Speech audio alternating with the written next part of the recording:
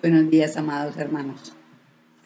Bueno, en este día vamos a seguir el estudio de el primer rayo de luz.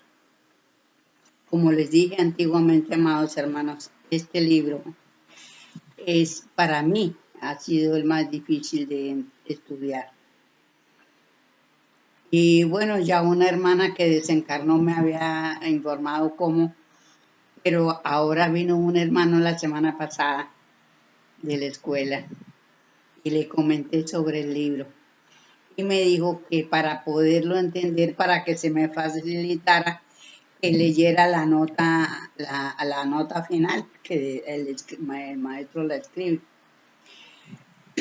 Entonces, la estuve leyendo y sí, realmente pues ahí le da a uno muchas pautas para uno poder entender mejor la lectura del libro, el estudio.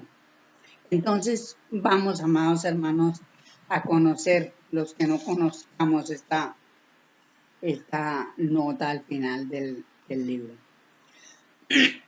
Entonces, para que podamos entender mejor el estudio del libro, entonces vamos con la nota final que deja sentada el maestro. Entonces dice, del libro del primer rayo de luz, nota final. No me equivoqué al dar por terminada la controversia con 5 exposiciones de cada uno de los contendientes, pues vi que no habían de llegar a más. Esperaba, sin embargo, el retruque del señor Montemayor, pues comprendía que el señor Podestá había llenado la copa de las ofensas hasta el colmo, aunque no me extrañó porque conozco bien el paño. Ahora que los hombres se arreglen como quieran, pero Montemayor es libre y Podestá no. Podestá es esclavo en cuerpo, alma e ideas, y nos lo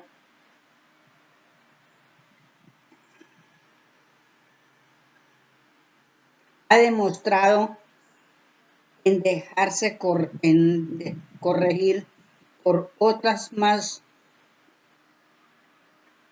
tunantes que él, pero no más sabios en la verdad. Bueno, vuelvo a leer esta parte porque nos interesa para saber el porqué de la cosa. Ahora que los hombres se arreglen como quieran, pero Montemayor es libre y Podestá no. Podestá es esclavo en cuerpo, alma e ideas y nos los ha demostrado en dejarse corregir por otros más tunantes que él, pero no más sabios en la verdad. Bueno, ahí nos vamos dando cuenta de quién tiene la razón, digámoslo así. ¿Quién es más honesto de los dos? Sin embargo, el señor Montemayor comete una barbarie en una negativa que no se puede afirmar que el Creador no existe por ninguno que sea sabio. Es decir, aprendiz de sabio, porque sabio no hay ninguno. Ningún sabio, repito, lo niega y es lo más sabio que puede tener un sabio, porque si al Creador no lo podemos demostrar en forma propia, se demuestra en el sabio por la convicción. Bueno, eso sí es verdad, como todo lo que dice el maestro. Nosotros muchas veces, yo en una ocasión tuve también la oportunidad de que estaba un joven haciendo una exposición sobre la Biblia en un bus. Y él solamente miraba la parte del hombre, ¿sí? Entonces, cuando ya él terminó de hacer su exposición, lo llamé al lado mío y él me atendió. Y dije, no, mire su merced, usted está equivocado en muchas cosas. El creador del universo ha plasmado el amor y el amor está impreso en todas partes. Usted ve ahora el amor en una planta, en una flor, en todas partes está impreso el amor del creador. Y él me decía que no. Entonces, claro, pero era un joven, era un joven. Por supuesto que le hacía falta madurar un poco para poder entender y comprender eso. Pero entonces sí, verdaderamente nadie podemos negar porque, pues, realmente es imposible negarlo. Porque nos enamoramos de todo, todo nos indica a ver las cosas bonitas, ¿sí? Y ese sentimiento de dónde viene, de nuestro propio yo. Y ese yo que yo tengo, ese mi espíritu, viene del creador del universo. Bueno, son muchas las cosas, pero pues, lógicamente que eso, pues ahí vamos aprendiendo. Entonces, cuando ya uno entiende un poquito las cosas, es decir, uno es convicto ya de que sí es esta cosa.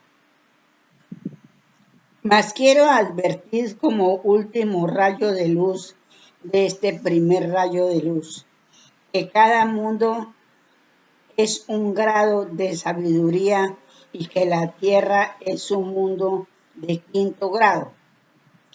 Y añado de expiación de todo lo delinquido por nuestros espíritus en 4 mundos anteriores, donde como hombres han vivido, encarnado y reencarnando, y en aquellos mundos embrionario de prueba, primitivos y transición. Allí aún el trabajo no existe. Único punto donde empieza el progreso y por eso allí no hay ley. Entiéndanme ustedes bien. No ha hecho conciencia ni razón el hombre y por lo tanto no se puede imponer ninguna ley.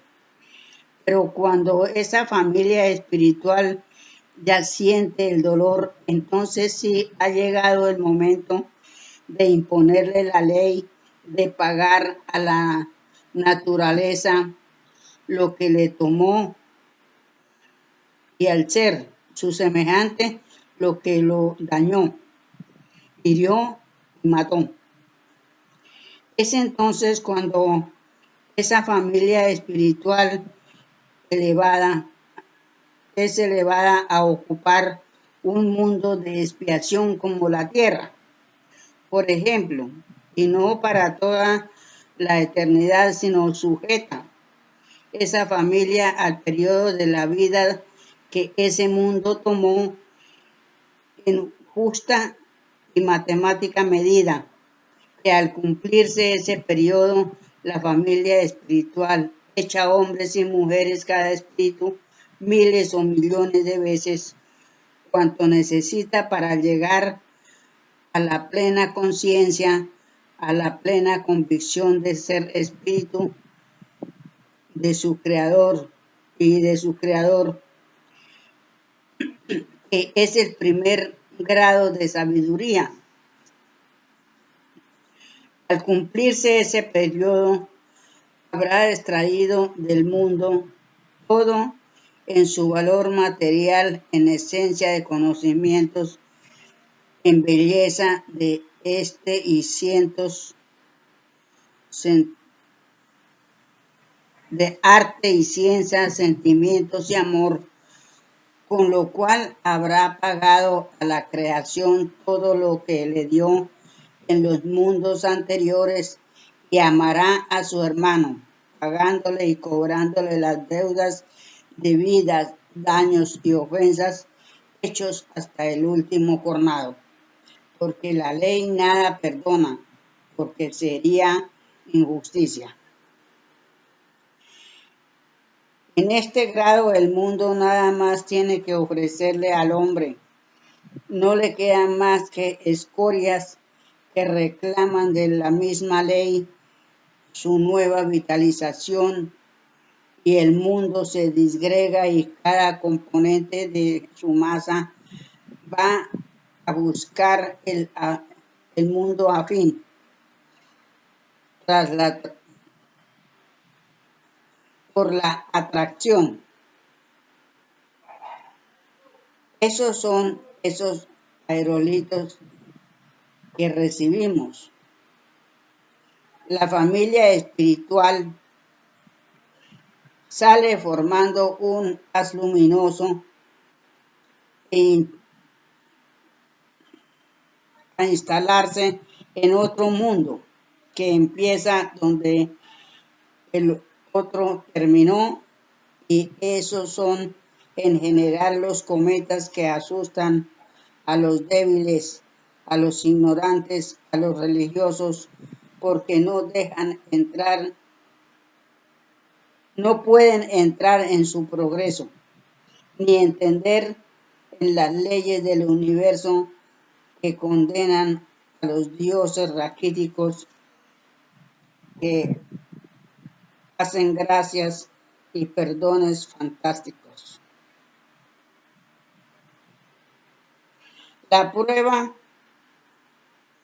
palmaria de esta verdad es que cuanto la ciencia avanza hacia el progreso eterno, la religión retrocede a su principio, a la barbarie.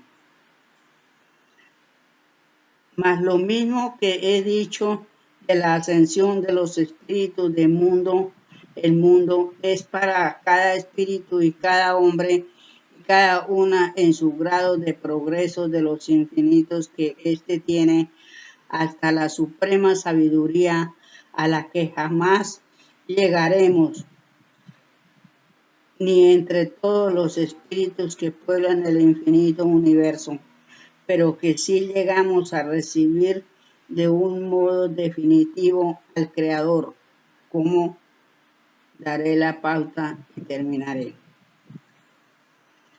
Un hombre reconoce superioridad en otro hombre por sus conocimientos y elevación de principio. Este sabio o estudiante de sabio reconoce a otro mayor que él y lo hace en justicia por conciencia. Este reconoce a otro en la misma ley, y así acaba toda una familia del mundo por reconocer a uno solo. Esta familia de este mundo reconoce al mundo inmediato, superior, aquel al otro, y así hasta el centro sol, límite de cada sistema. Este sol reconoce a otro mayor, este a otro, hasta el mundo o sol central del plano, aquel al inmediato, y ascienden hasta el centro vibratorio del que todos recibimos la vida. Esta es la escala de la pauta que dejó en este primer rayo de luz, con lo cual cada uno concibe al Creador, que nadie sin caer en la petulancia puede negar ni confesar sin cometer la blasfemia más soez, queriendo representar al Padre común en la concupiscencia de un Dios religioso. Fraternidad, paz y amor para todos, Joaquín Trincado. Entonces aquí pues el maestro ya nos advierte que nosotros aquí venimos de otros mundos, ¿sí? De mundos anteriores. El mundo embrionario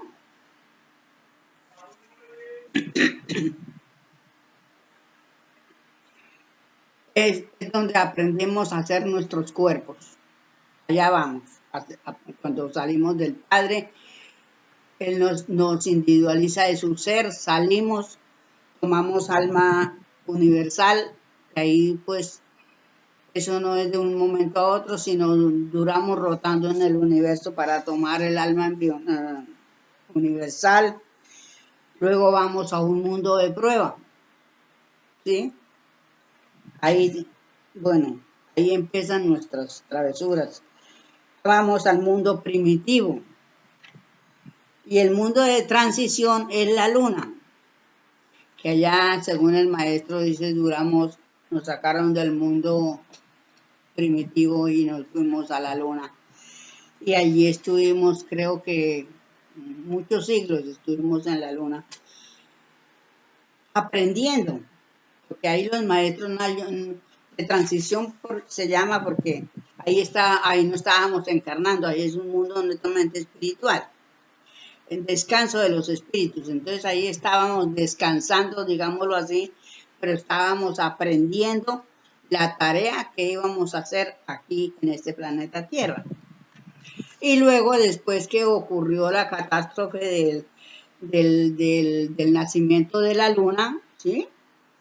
Que hubo el cataclismo y entonces ya nacieron los árboles del quino y entonces se encarnaron los espíritus más adelantados, se encarnaron en el quino para que llegáramos todos a la tierra.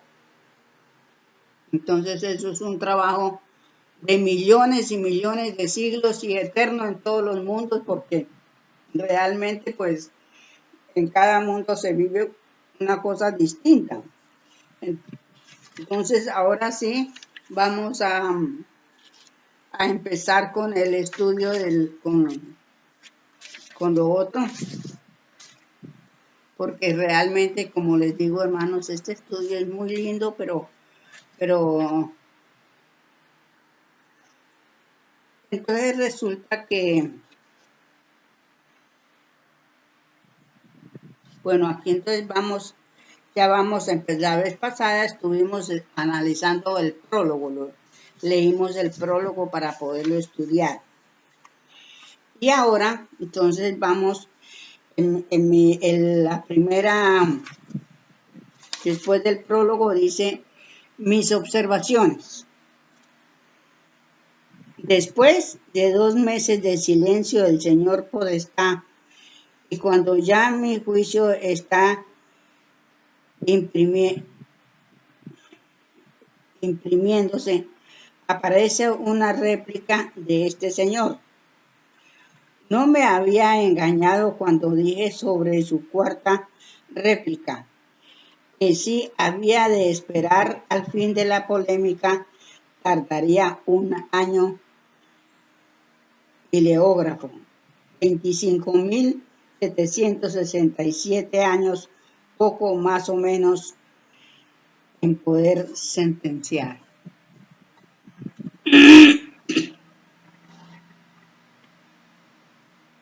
En toda esta nueva réplica, nada hay de nuevo y mucho menos conceptos, ni principios, ni luz propios, y vuelve sobre los mismos que él llama sabios, a los cuales no honra mucho, barajándolos tan mal. Y sí, haciéndolos sufrir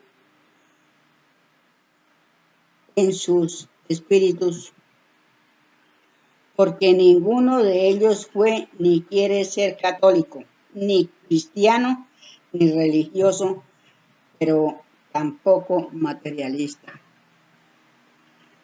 O sea que pues los científicos a la hora de la verdad se retiran de la religión porque ven que no sirve para nada. La ciencia ya, entre más estudian, más se convencen de que la religión no entra en ninguna parte. Solamente fue impuesta, ¿sí? La religión fue impuesta y por eso somos religiosos, porque impusieron la religión a sangre y fuego. O era religioso, iba a la hoguera y les hacían las torturas más terribles de la vida. Y entonces, para evitar eso, la gente tuvo que aceptar ser religiosa. Y así hemos venido por una imposición.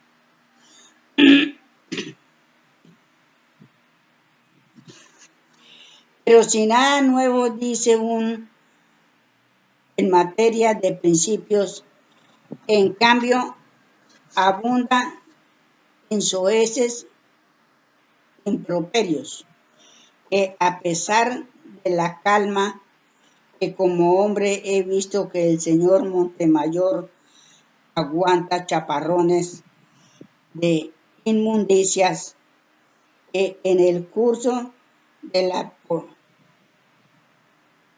la polémica le arrojó su contrincante.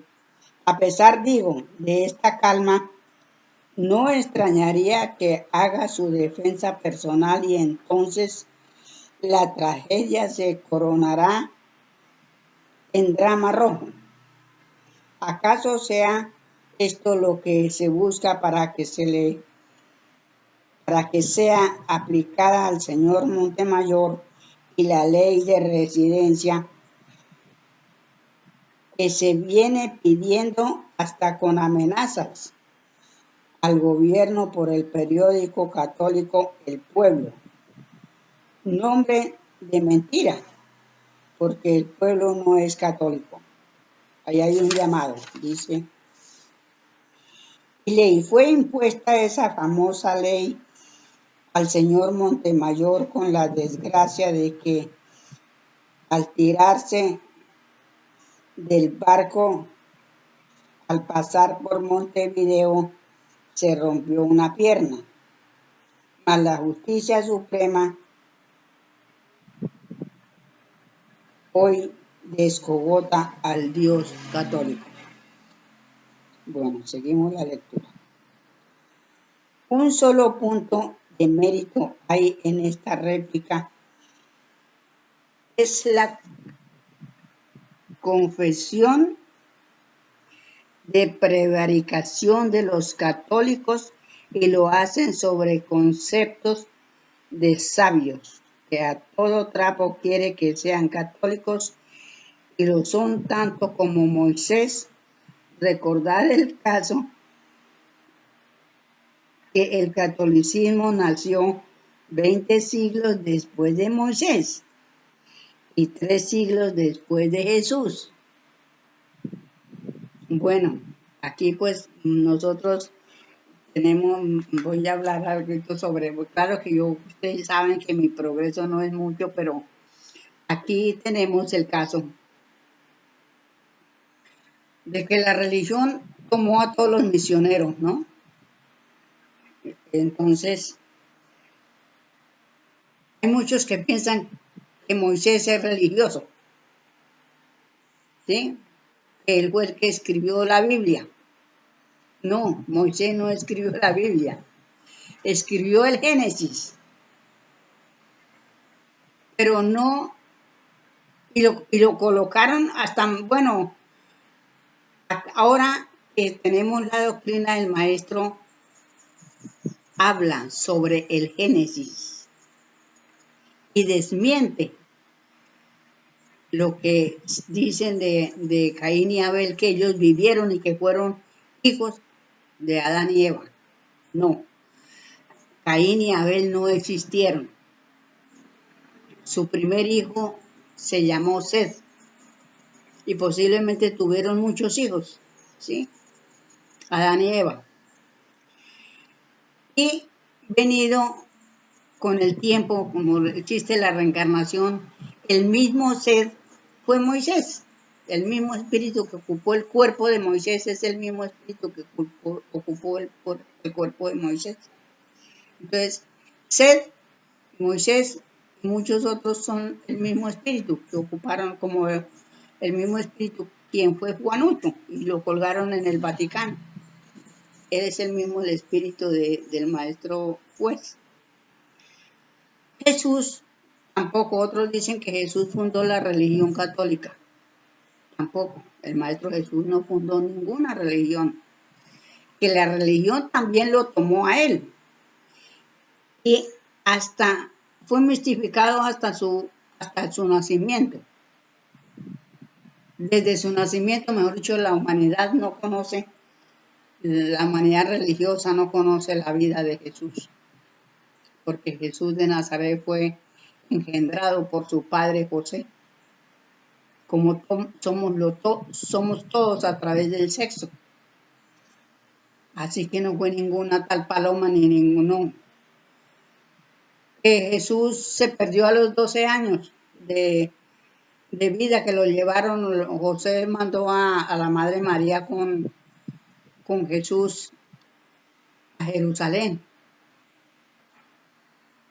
Y con el hijo mayor de José, del primer matrimonio. Y hubo la presentación en Jerusalén.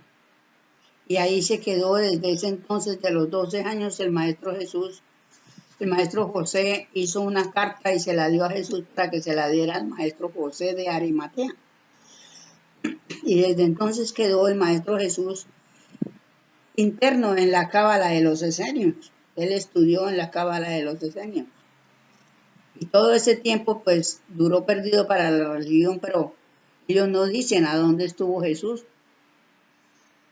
Entonces, todo eso viene acaso, todo esto que el maestro deja, y debemos nosotros de poner las cosas, pues de cada cosa en su punto. Así que realmente la religión trastornó toda la vida de los misioneros, porque no, sobre todo la del maestro Jesús y de la Madre María, porque ahí hacen, es decir, de que, ¿cómo es eso de que digan que José es el padre putativo de Jesús? No, es su papá en la materia, porque él lo engendró. Entonces todas estas cosas, pues verdaderamente que esto sí vale la pena estudiar y analizar. Bueno, sigo la lectura. He aquí la prevaricación, como si estas leyes eliminaran la noción del legislador.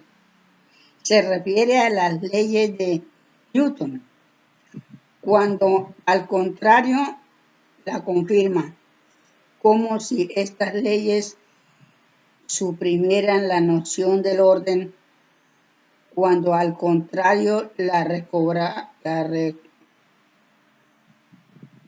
corroboran al condenar en una fórmula breve y sencilla el concierto que reina entre los millones de mundos que pueblan los espacios y que viven sometidos a maravillosas relaciones de armonía.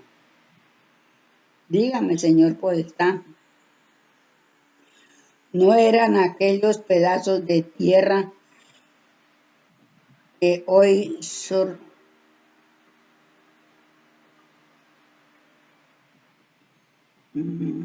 está borrado aquí, no entiendo la palabra, que hoy son vergüenzas de la humanidad por causa únicamente de la religión del universo? ¿Y cómo y en virtud de qué se han convertido ahora en millones de mundos aquellos millones de clavos relucientes para adornar solo el gran universo católico? Ahora solo queda en la polémica el durito de los hombres. Las causas están juzgadas y ojalá pueda evitar el encuentro de dos hombres, o acaso una dolorosa epopeya que envuelvan las ofensas hechas al pueblo por los padres sin hijos, pero la responsabilidad será del culpable ofensor de siempre, del fanatismo religioso. Más pronto, muy pronto, esas leyes que usted invoca para confesar su prevaricación van a darle la lección suprema que no vieron esos sabios, excepto Moisés y su mandado Isaías a avisar a los hombres que aparecerán nuevos cielos,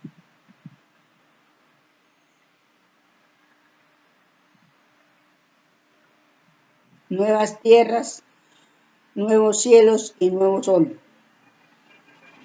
Es solo entonces cuando los religiosos comprenderán su error y maldecirán de la religión y de su fantástico Dios. Pero en ese acto, los espíritus enemigos del progreso, los fanáticos religiosos, los soberbios, serán sacados de la tierra y llevados al horno, al mundo primitivo. Entonces démonos cuenta aquí que en realidad en Isaías fue antes de Moisés. Entonces, ¿desde cuándo estaba ya la profecía, ¿sí?, de que habrían nuevos cielos, nueva tierra y nuevo sol? Y en estos momentos, pues la madre naturaleza está obrando muy fuerte. En todas partes los espíritus naturales y elementales están trabajando. Y muy pronto se hará el cataclismo del nacimiento de la segunda luna. Porque esos son los cambios. Nuevas tierras, nuevos cielos y nuevo sol. ¿Sí? Entonces, realmente que todo esto, además hay una cosa que yo me he enterado, y es que de verdad los católicos, por lo menos, los evangélicos y otras tendencias de los religiosos de la Biblia, sí leen la Biblia y la analizan, pero también a su modo.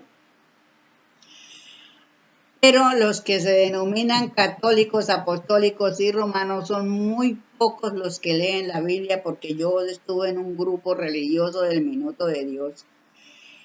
Y la verdad que se atienen es únicamente a lo que le digan en los congresos que hay, a lo que hable el cura, a lo que, bueno, pero no leen la Biblia. Es indispensable leerla porque aquí cuando se lee, yo por eso abandoné esas filas, porque me encontré muchas cosas en la Biblia que realmente valen la pena salirse uno de esas filas y analizar. La doctrina es muy linda, nos habla de la reencarnación. Es decir, la Biblia habla sobre sobre la reencarnación, sobre la materialización de los espíritus y muchas cosas sobre los espíritus.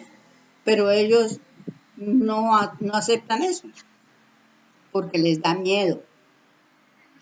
Entonces, bueno, pues realmente esa es una de las cosas que hay que analizarla. Y yo por lo menos a mí siempre la reencarnación me traía muy de tumbo en tumbo porque es decir, yo pensaba y pensaba y analizaba, a mí me gustaba mucho las conversaciones sobre los espíritus y de verdad pues yo me inclinaba por eso, ¿sí? Y gracias a la ley que encontré pues la doctrina para estar dentro del espiritismo y hoy día me encanta, a mí me encanta el estudio, que de verdad pues como le digo, ahí poco a poco va aprendiendo uno. Entonces yo los dejo por esta parte y les pido disculpas, amados hermanos, y bueno, ahí nos veremos en el siguiente programa y vamos estudiando poco a poco ya en la otra, entonces ya entramos de lleno en la controversia del católico anarquista. Sí, ya en la otra, en el otro video ya entramos de lleno a las controversias. Entonces, muchísimas gracias, amados hermanos, y feliz día.